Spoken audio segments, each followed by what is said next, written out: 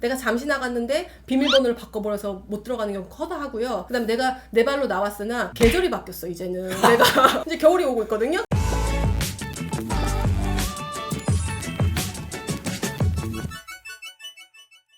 안녕하세요. 이혼 전문 박은주 변호사입니다. 오늘은 최근에 주거침입 관련해서 대법원 판례가 나왔는데 좀 구체적으로 설명을 한번 드려볼게요. 제가 일전에 영상 중에서 상간자가 피해자가 없는 사이에 내 주거에 침입했을 때 주거침입에 해당될 것인지 말 것인지 문제에 대해서 대법원의 판결이 우리가 좀 지켜봐야 된다 이렇게 했잖아요. 그게 6월이었나 그랬는데요. 3개월에 걸쳐서 진짜 바뀌었죠. 실질적으로 상간자가 피해 배우자가 없을 때 피해 배우자의 집에 들어왔을 때 이거를 무죄로 변경을 했죠. 왜 그러느냐? 이하 설명을 생략한다.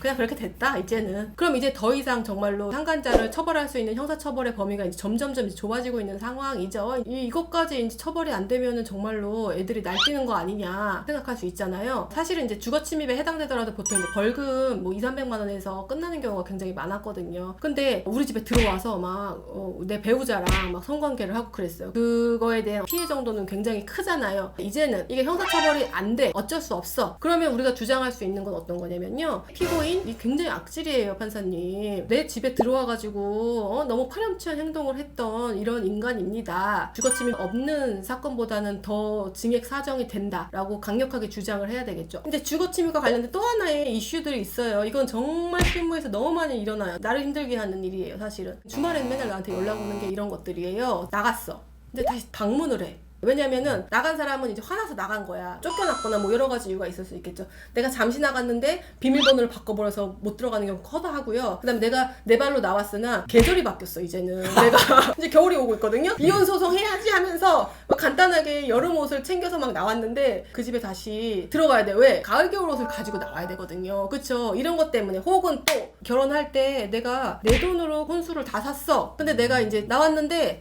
분해 막. 내가 산 저 가전가구를 나는 못 쓰는데 내 배우자만 저걸 오롯이 쓰고 있는 거예요. 나 지금 새로 몇천만 원 살 판이야. 빡치잖아. 화나잖아. 저거를 갖고 나오고 싶어. 이랬을 때 집을 방문하게 되는 일들이 있고 거기서 충돌이 굉장히 많이 실무에서 너무너무 발생하는데 너무 있을 법한 일이죠. 그래서 이제 변호사들한테 맨날 연락이 오는 거예요. 살고 있는 분 입장에서는 변호사님 지금 상대방이 갑자기 쳐들어와서 문 두드리고 도어락 막 부시려고 해요. 어떡해요? 이런 거고 상대방 입장에서는 나 추워 겨울옷 입고 그러면은 나가 있는 사람이 이제 집에 들어오는 그 과정과 막고 싶은 사람의 이제 충돌이 사실상 발생하는데 이거는 어떻게 해요? 경찰이 관여할 수 있을까? 실제로 이제 충돌이 있어요. 어느 사이에 두고 서로 변호사한테 전화를 하고 이거 어떻게 해야 되냐. 진짜 많아. 제일 많은 게 이런 거거든요. 어떻게 해야 될까요? 예전에 제가 잠깐 설명드렸는데 일방이 나갔어. 그래서 이혼소송을 제기를 했고 이혼소송 중간에 집을 나간 상대방이 집에 찾아왔어요. 그래서 실질적으로 도어락을 해체하고 집으로 들어왔어. 그랬을 때 이걸 주거침입으로 처벌할 수 있는지 없는지 항상 문제가 되는데 케바케예요 완전히. 근데 제가 일전 영상에서 설명드린 건 어떤 거였냐면은 내가 이 집에 다시 들어오지 않을 의지를 명확하게 표현을 했어. 사계절 옷을 다 갖고 나갔어. 그러고 나서 몇 달 뒤에 6개월 이상 있다가 지금 거주지에 살고 있는 배우자의 동의 없이 집을 침입을 했어요. 이때는 주거침입에 해당될 수 있다라는 판례들이 있어요. 그 분리 상태가 꽤 오래 진행이 됐고 집을 나가는 시점에서 다시 집에 돌아오지 않겠다는 의사 같은 게 쌍방 다 명확하게 표명이 돼서 홀로 남은 그분의 거주권만 인정되는 경우에 주거침입에 해당될 수 있다. 이런 판례가 있었는데 아까 그 상간자 무죄 판결과 동일한 날에 주거침입 대법원 판례가 하나가 난 게 있는데 이거 이런 거야 여러분. 이혼 소송이 제기되고 한 달 정도 지난 시점에 상대 배우자가 집으로 들어왔어. 옷까지 가질러. 계절이 바뀌었거든. 그때 자기의 부모님이 같이 동행을 했어. 이 집에는 상대 배우자의 동생만 혼자 있는 상황인데 갑자기 들이닥친 거야. 무서워. 언니 막 이런 일이 있어. 지금 막 쳐들어왔어. 상대방이 막 그런 거야. 그랬더니 문 열어주지 마 그랬는데 문을 빼꼼히 열었는데 그 걸쇠 딱 열려있는데 막 흔들어가지고 걸쇠를 뺐어.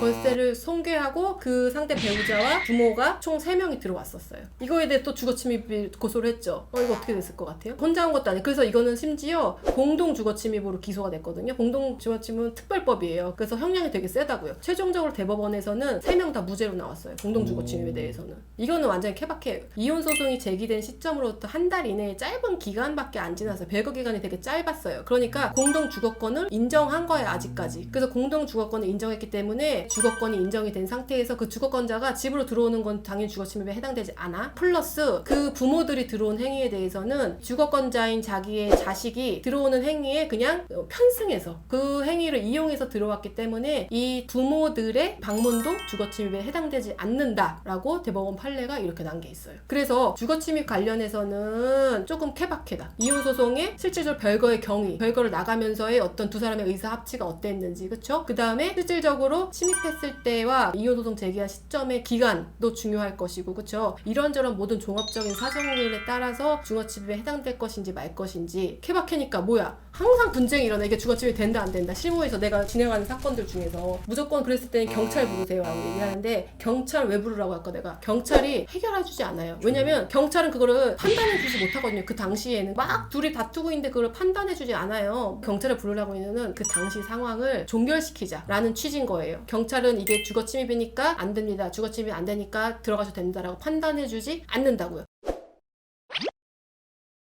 오늘 영상이 유익하셨다면요, 구독과 좋아요 눌러주세요. 안녕.